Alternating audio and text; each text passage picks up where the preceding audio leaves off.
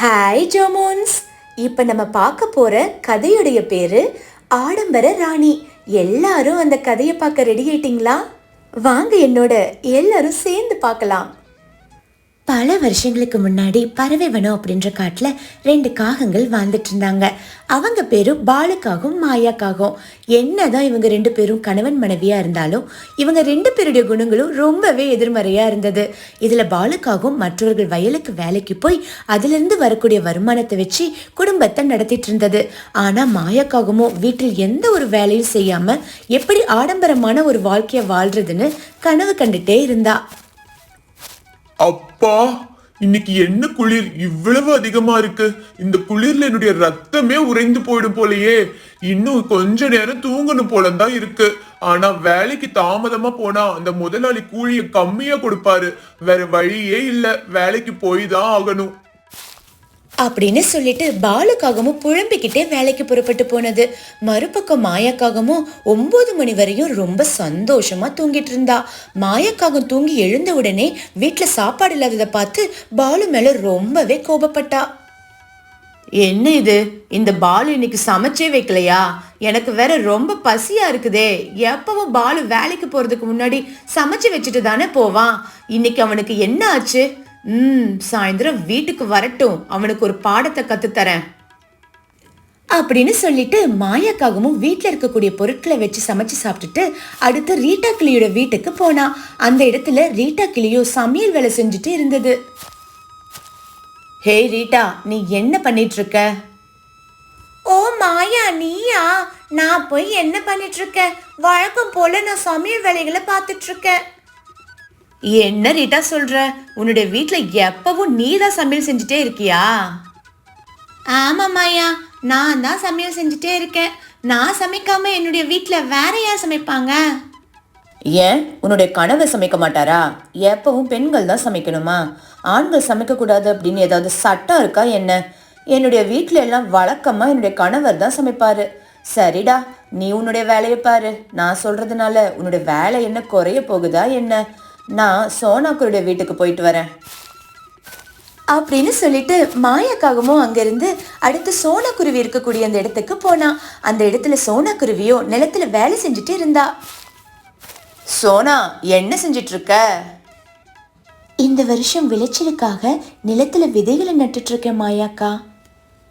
உன்னுடைய வாழ்க்கை இருக்க நிலைமைய பார்த்தாலே எனக்கு ரொம்ப பரிதாபமா இருக்கு சோனா. இந்த காலத்துல இருக்கக்கூடிய பெண்கள் எல்லாம் எவ்வளவு அழகான உடைகளை போட்டுட்டு சுதந்திரமா வாழ்ந்துட்டு இருக்காங்க. ஆனா உன்னை பாரு, நீ மட்டும் எப்ப பாரு வயல்ல இப்படி கஷ்டப்பட்டுக்கிட்டே இருக்க. என்ன செய்யறது மாயாக்கா, எல்லாரையும் பார்த்துக்க அவங்களுக்கெல்லாம் அப்பா அம்மா இல்லை கணவர் அப்படின்னு யாராவது இருப்பாங்க. ஆனால் என்ன ஆதரிக்க எனக்குன்னு யாருமே இல்லை. என்னுடைய குழந்தைகளை பார்த்துக்க தான் ஏதாவது ஒரு வேலைகளை செஞ்சுக்கிட்டே இருக்கேன். சோனா, நீ ஏன் மறுபடியும் இன்னொரு கல்யாணம் செஞ்சுக்க கூடாது? என்னதான் இருந்தாலும் ஆண் இல்லாத குடும்பத்தை சரியா வழிநடத்த முடியாது சோனா. உன்னையும் உன்னுடைய குழந்தைகளையும் பாதுகாப்பா பாத்துக்கிறதுக்கு ஆண் உங்க கூட இருந்தா இன்னும் நல்லா தானே இருக்கும். நீயும் இந்த மாதிரி தேவையில்லாம உன்னை வருத்திக்கிட்டு வேலை செய்ய வேண்டாம் பாரு. இல்லை மாயாக்கா, எனக்கு உழைக்கிறதுல எந்த ஒரு கஷ்டமும் இல்லை. அது மட்டும் இல்லாமல் நான் இன்னொரு திருமணம் செஞ்சுக்கிட்டேன்னா வரக்கூடிய கணவர் நல்லவராக இருப்பாரான்னு கூட எனக்கு எந்த உறுதியும் கிடையாது.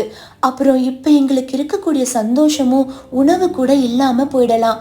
என்னுடைய குழந்தைகளை நான் பார்த்துக்கணுன்னு தான் நான் விரும்புகிறேன். அது இல்லாமல் என்னுடைய கணவரை மறக்கிற மனநிலைமைக்கு கூட நான் இன்னும் வரலை. அப்படியா? அப்படின்னா நீ வயல்ல கடைசி வரைக்கும் உழைச்சிக்கிட்டே இரு. உன் வாழ்க்கை நல்லா இருக்கணும் அப்படின்னு உனக்கு புத்தி சொல்ல வந்த இல்லையா? எனக்கு இதுவும் வேணும் இன்னமும் வேணும். உன்கிட்ட எவ்வளவு நேரம் பேசினாலும் என்னுடைய நேரம் தான் வீணா போகுது. நான் கிளம்புறேன் அப்படின்னு சொல்லிட்டு மாயாக்காகவும் அங்கிருந்து கிளம்பி போய் தன்னுடைய வீட்டுக்கு வெளியே மரக்கிளையில உட்கார்ந்துக்கிட்டு வரவங்க போறவங்களெல்லாம் வேடிக்கை பார்த்துக்கிட்டு இருந்தா. அப்போ இடத்துக்கு அங்க வந்த ஒரு நரி இந்த மாதிரி சத்தம் போட்டுக்கிட்டே இருந்தது.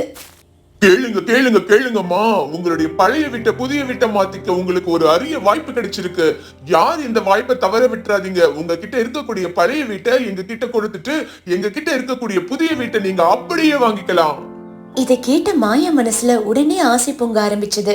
கொஞ்ச நேரம் அமைதியா யோசிச்ச மாயாவோ இந்த மாதிரி பேச தொடங்கிட்டா. இது கூட ரொம்ப நல்ல வாய்ப்பா இருக்குதே. இப்படிப்பட்ட சந்தர்ப்பத்தை யாரு தான் தவற விடுவாங்க? மற்ற பறவைங்க இதை பயன்படுத்திக்கிறதுக்கு முன்னாடி நான் இந்த வாய்ப்பை பயன்படுத்திக்கணும் அப்படின்னு சொல்லிட்டு மாயாக்காகமும் அந்த புது வீட்டை வாங்குறதுக்காக நரி கிட்ட போய் பேசினான். ஹே நரி, நீ இவ்வளவு நேரம் சொல்லிக்கிட்டு இருந்தது எல்லாமே உண்மையா? என்னுடைய பழைய வீட்டை உன்கிட்ட கொடுத்தா அதுக்கு பதில் எங்களுக்கு ஒரு புதிய வீடு கிடைக்குமா? ஆமாம் காகமே, நான் இவ்வளவு நேரம் சொன்னது எல்லாமே உண்மைதான். உன்கிட்ட பணம் இருந்துச்சுன்னா என்கிட்ட இருக்கக்கூடிய புதிய வீட்டை வாங்கிக்கலாம். அந்த வீடு பார்க்க அரண்மனை மாதிரி ரொம்ப பிரம்மாண்டமா இருக்கும். அப்படி உன்கிட்ட பணம் இல்ல அப்படின்னா பழைய வீட்டை எங்க கிட்ட கொடுத்துட்டு இந்த புதிய வீட்டுக்கு நீ போயிடலாம். அப்படின்னா சரி, என்னுடைய பழைய வீடு அந்த மரத்து மேலதான் இருக்கு. அந்த வீட்டை எடுத்துக்கிட்டு எனக்கு ஒரு புதிய வீடு வேணும். சரி காகமே, உன்னுடைய பழைய வீட்டை வாங்குறதுக்கு நான் எனக்கு தெரிஞ்ச பறவைகளை கூட்டிட்டு வந்து காமிக்கிறேன். நீ இப்பவே நான் சொல்லக்கூடிய இடத்துக்கு போய் பாரு.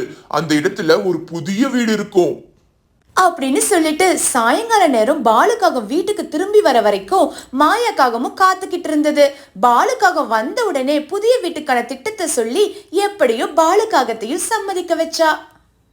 அப்புறம் 2 பேருமா சேர்ந்து ரொம்ப சந்தோஷமா இந்த புதிய வீட்டுக்கு போய் அவர்களுடைய வாழ்க்கையை தொடங்கினாங்க. இப்படியே ஒரு வாரம் முடிஞ்சது. ஒரு வாரத்துக்கு அப்புறமா அந்த வீட்டுக்கு திடீர்னு ஒரு நாள் ஒரு கழுகு வந்தது.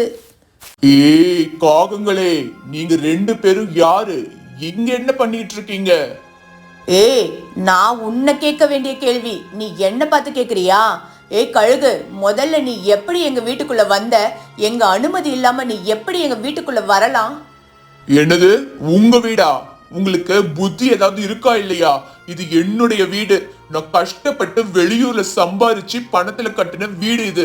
ஏதோ வேலை காரணமா வெளியூர்ல போய் தங்கிக்கிட்டு இருக்கேன். திரும்பி வந்து பாக்குறதுக்குள்ள இதுதான் சாக்குன்னு என்னுடைய வீட்டை ஆக்கிரமிச்சிட்டீங்களா? கழுகு இந்த மாதிரி சொன்ன உடனே மாயாக்காகமும் பாலுக்காகமும் அதிர்ச்சியில உறைந்து போய் நின்னாங்க. அப்புறம் ஒரு நரி அவங்க கிட்ட வந்து இந்த வீட்டை வித்த கதைய கழுகு கிட்ட சொன்னாங்க. ஏய் முட்டாள் பறவைகளா, அந்த நரி உங்களை தந்திரமா ஏமாத்திருக்கு. அது கூட தெரியாம அது சொன்ன வார்த்தைகளை நம்பி இருந்த வீட்டையும் இழந்துட்டு இப்போ என் வீட்டுல வந்து என் கையால அடி வாங்க போறீங்க. ஒழுங்கா இங்க இருந்து ஓடிடுங்க, இல்லைன்னா உண்மையிலேயே உங்க 2 பேரையும் நானே இரவு உணவுக்கு சமைச்சு சாப்பிட்டுருவேன். அச்சோ சகோதரி, தயவு செஞ்சு கோவப்படாதீங்க. எனக்கு உங்களை பார்த்தாலே பயமா இருக்கு. நாங்க 2 பேரும் உடனே இங்கிருந்து வெளியே போயிடுறோம் அப்படின்னு சொல்லிட்டு மாயாக்காகவும் பாலுக்காகவும் அங்க இருந்து அவங்களுடைய பழைய வீட்டுக்கு போய் பார்த்தாங்க. அங்க ஏற்கனவே வேறொரு பறவைகள் வாழ்ந்துட்டு இருந்தாங்க. வேற வழியே இல்லாத காகங்கள் 2 பேரும் சோனா குருவி வீட்டுக்கு போய் அவர்களுடைய நிலைமையை எடுத்து சொன்னாங்க. மாயாக்கா, கவலைப்படாதீங்க, நடந்தது நடந்து போச்சு.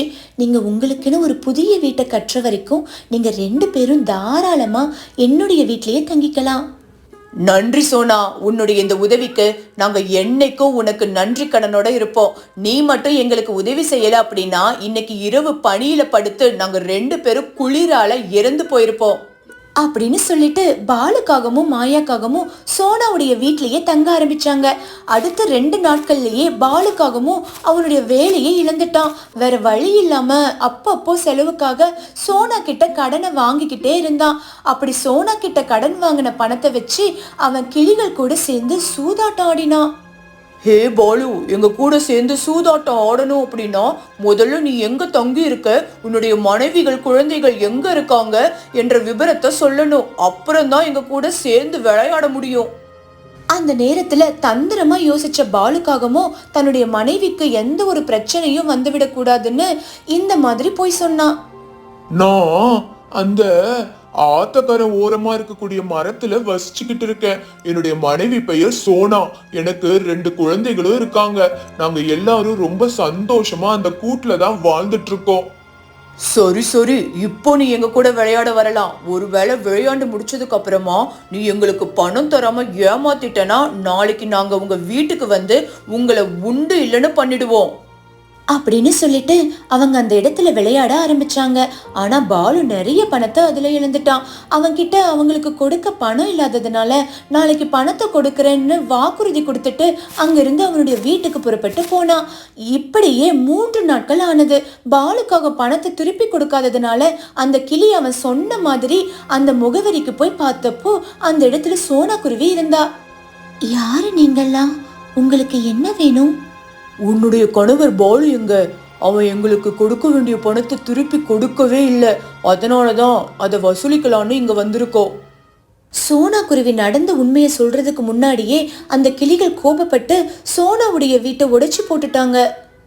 ஐயோ கடவுளே, நான் யாருக்கு என்ன துரோகம் செஞ்சேன்? அடுத்தவங்களுக்கு உதவி செய்யணும்னு நினைச்சது என்னுடைய தப்பா? இந்த காகங்களை நம்பி என்னுடைய வீட்டில் சேர்த்ததுக்கு அவங்க என்னை இப்படி பழி வாங்கிட்டாங்களே. கடனை வாங்கி வச்சுட்டு இப்படி ஊரை விட்டு ஓடிட்டாங்களே. வேற வழியே இல்லாத சோனா அவளுடைய குழந்தைகளை கூட்டிட்டு புறாவுடைய வீட்டில் போய் உதவி கேட்டா. சோனா, உன்னுடைய நிலைமை என்னன்னு எனக்கு நல்லாவே புரியுது. நீயும் உன்னுடைய குழந்தைகளும் தாராளமா எங்க வீட்டுல தங்கிக்கலாம். உங்களுக்கு தேவையான உதவிகளை நான் உங்களுக்கு செய்யறேன் அப்படின்னு சொல்லிட்டு புறா அவங்களுக்கு அடைக்கலம் கொடுத்தது. இப்படியே காலங்கள் ஓடி போச்சு. சோனாவும் இரவு பகலும் கஷ்டப்பட்டு உழைச்சி அவங்க குழந்தைகளை நல்லா படிக்க வச்சா, பெரிய அதிகாரிகளாக்குனா. இப்போ சோனாவுடைய குழந்தைகள் அவளை ராணி மாதிரி பார்த்துக்கிட்டு இருக்காங்க. அதே நேரத்துல பாலுக்காகவும் மாயாக்காகவும் காட்டுல நிறைய பேர்கிட்ட கடன் வாங்கி அதை திருப்பி கட்ட முடியாம மறுபடியும் உதவி கேட்டு சோனா குருவியை தேடி வந்தாங்க. சோனா சகோதரி, நாங்க 2 பேரும் உனக்கு மிகப்பெரிய துரோகத்தை செஞ்சிருக்கோம். தயவு செஞ்சு எங்களை மன்னிச்சிடு. இப்போ எங்களுக்கு நிலைமை ரொம்பவே மோசமா இருக்கு. எங்களுக்கு இப்போ சாப்பிட கூட வழி இல்லை. தயவு செஞ்சு எங்களுக்கு உதவி செய் சோனா. ஆமாம் சோனா, தயவு செஞ்சு எங்களை மன்னிச்சிடு. எங்களுக்கு இப்போ தங்குறதுக்கு கூட இடம் இல்லை. உன்னுடைய வீட்டுல ஓரமா ஒரு இடம் கொடுத்தா நாங்க அங்க தங்கிக்கிறோம். மாயாக்கா, இப்போ என்னுடைய பசங்க ரொம்ப பெரியவங்க, எல்லாம் வளர்ந்துட்டாங்க. வீட்டில் முக்கியமான முடிவுகளை எல்லாம் அவங்க தான் எடுப்பாங்க. அதனால நீங்க அவங்க கிட்ட கேட்டு பாருங்க. மாயாக்காகவும் பாலுக்காகவும் சோனாவுடைய பையன் கிட்ட உதவி கேட்டாங்க. பாருங்க, நீங்க 2 பேரும் எங்களுக்கும் என்னுடைய அம்மாவுக்கும் செஞ்ச துரோகத்தை மன்னிக்கவே முடியாது.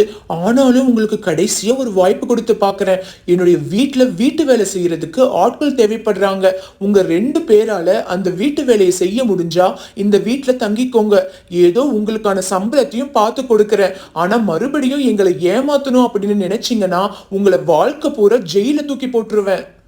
இல்ல, இனிமே நாங்க எந்த ஒரு தப்பும் செய்ய மாட்டோம். நீங்க உங்க வீட்டுல எங்களுக்கு வேலை கொடுத்தது எங்களுடைய பாக்கியமா நினைக்கிறோம். எங்களுக்கு மறுபடியும் ஒரு வாய்ப்பு கொடுத்ததுக்கு ரொம்பவே நன்றி அப்படின்னு சொல்லிட்டு பாலுக்காகவும் மாயாக்காகவும் சோனாவுடைய வீட்டுல வேலை செஞ்சுட்டு அவங்களுடைய வாழ்க்கையை நடத்திட்டு இருந்தாங்க. ஹாய் ஜமுன்ஸ், இந்த கதை மூலமா நம்ம தெரிஞ்சுக்கிறது என்னன்னு பார்த்தீங்கன்னா, நம்மளுடைய வாழ்க்கையில நம்ம பிறரை ஏமாத்தணும் அப்படின்னு நினைச்சோம்னா கடைசியில நாம தான் ஏமாந்து போவோம். அதனால எப்பவும் யாரையும் ஏமாத்தக்கூடாது. சரிங்களா பசங்களா? சிட்டுக்குட்டிங்களா, உங்களுக்கு இந்த கதை ரொம்ப பிடிச்சிருந்தா லைக் பண்ணுங்க, ஷேர் பண்ணுங்க, அப்புறம் சப்ஸ்கிரைப் பண்ணுங்க.